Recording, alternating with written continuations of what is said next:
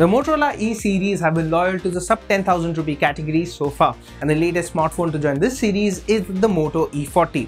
Sporting hardware and features that are uncommon in this price segment, will this become your de facto choice, or should you look elsewhere?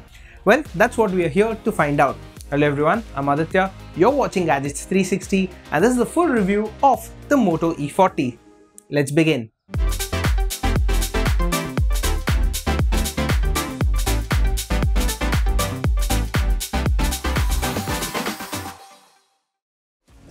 Let's kick things off with the pricing. The E40 comes in only one variant, which is the 4GB RAM 64GB storage one, priced at 9,499 rupees. You get two color choices, carbon grey and pink clay. For a budget phone, it is well designed. The bezels are thick, but it's not a deal breaker. It has a plastic body, but it did not feel flimsy. The curved sides make it easy to grip. However, positioning all the buttons on the right side makes it look cluttered. While the power button is in the middle and it's easy to reach, the volume buttons and the dedicated Google Assistant button are just above it. With so many buttons, finding the right one can become a guessing game. The top houses a 3.5mm headphone jack, while the bottom has a primary microphone, loudspeaker and the USB Type-C port. The phone has a triple camera setup in the top left corner and it doesn't protrude too much. There's also a fingerprint scanner with Motorola's Batwing logo on it. The phone weighs 198 grams, which is noticeable when using it for longer durations. The big 6.5-inch LCD panel has an HD+ resolution and a 90Hz refresh rate. Motorola has set this to auto by default, but you can manually choose between 60Hz and 90Hz as well.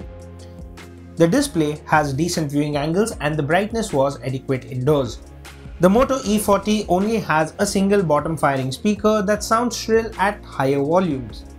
Watching videos for a while did make the lower half of the body slightly warm to the touch. Powering the Moto E40 is the Unisoc T700 octa-core SoC.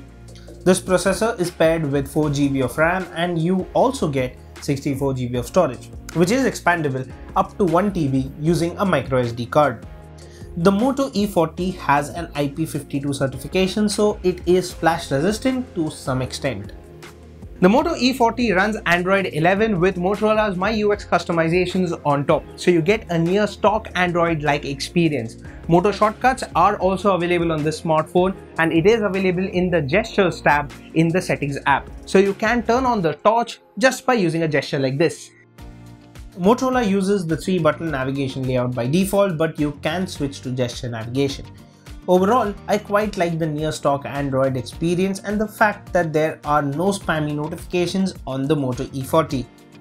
The phone can handle regular usage easily, so if you use your phone mostly for WhatsApp, phone calls and a few casual games, the Moto E40 can handle all of it without breaking a sweat.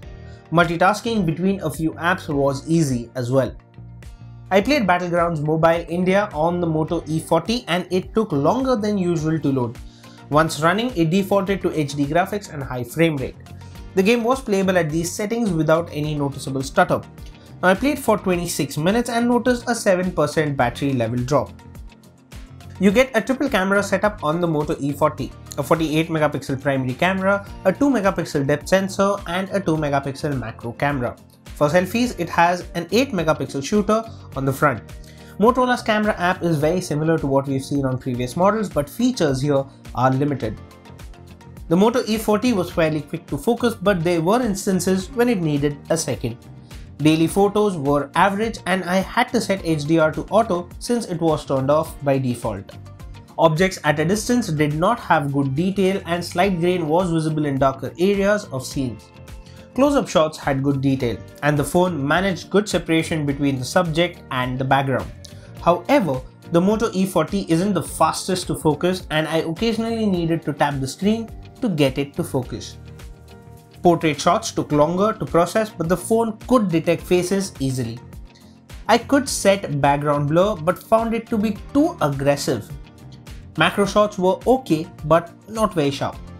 I would have liked an ultra wide angle camera over a macro camera, but that wasn't possible at this budget, I guess. Low light photos were below average. The phone managed to keep noise under control, but photos appeared soft and colors were off too. The night mode needs over 5 seconds to take a shot, but it does help with slightly better sharpness and more light in darker areas.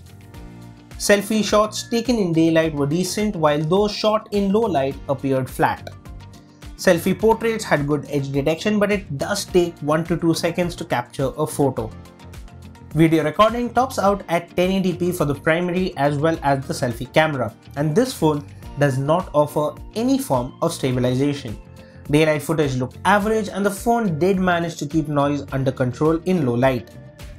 The Moto E40 did offer good battery life, easily lasting beyond a day and a half with my usage. The big 5000 mAh battery lasted 15 hours and 7 minutes in our HD video loop test. While the battery life is good, charging is slow. The phone only got to 21% in 30 minutes and to about 41% in an hour with a 10-watt charger that comes in the box. You will have to wait for over 2 hours to fill the battery up completely. The Moto E40 offers decent hardware for a casual user at this price. It's decent for basic multitasking, but larger apps and games take longer to load. While the near stock Android experience might keep purists happy, its camera performance won't impress anyone. If stock Android appeals to you and you are on a tight budget, then the Moto E40 does make a strong case for itself. However, if you are here looking for alternatives, the Realme Narzo 30A and the Infinix Hot 11S are worthy alternatives. So that was my review of the Moto E40. What do you think about this smartphone? Do let me know that in the comment section down below. And as always, for all things tech, stay tuned to gadgets360.com.